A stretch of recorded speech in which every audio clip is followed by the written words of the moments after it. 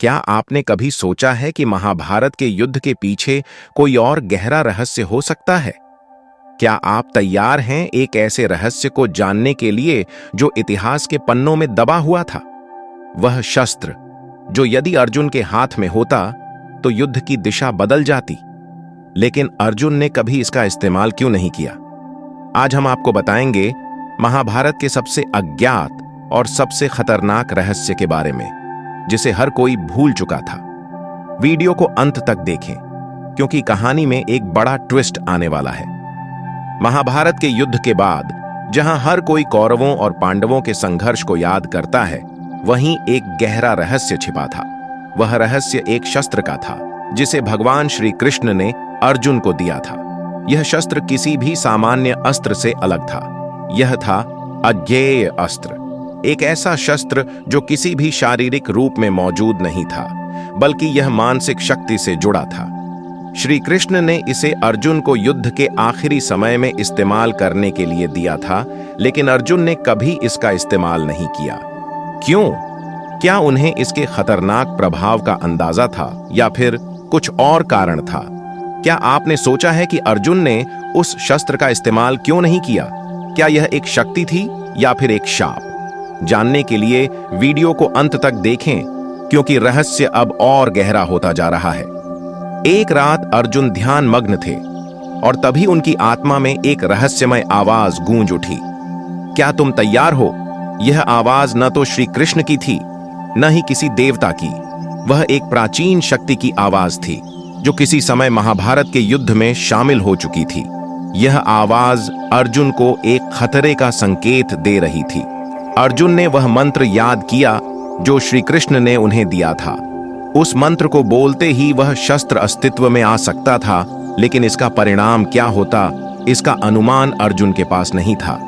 क्या यह शस्त्र उनकी विजय की गारंटी था, या फिर यह महाभारत के युद्ध को एक अनजानी दिशा में ले जा सकता था? अर्जुन के सामने अब एक बड़ी चुनौती थी। क्या वह उस शस्त्र को इस्तेमाल करेंगे, और क्या इसके परिणाम पूरी महाभारत को बदल देंगे?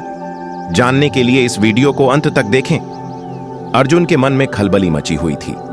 उन्होंने वह शस्त्र प्रयोग में लाने का निर्णय लिया, लेकिन जैसे ही उन्होंने मंत्र उच्चारण किया, अचानक महाभारत के युद्ध का दृश्य बदलने लगा।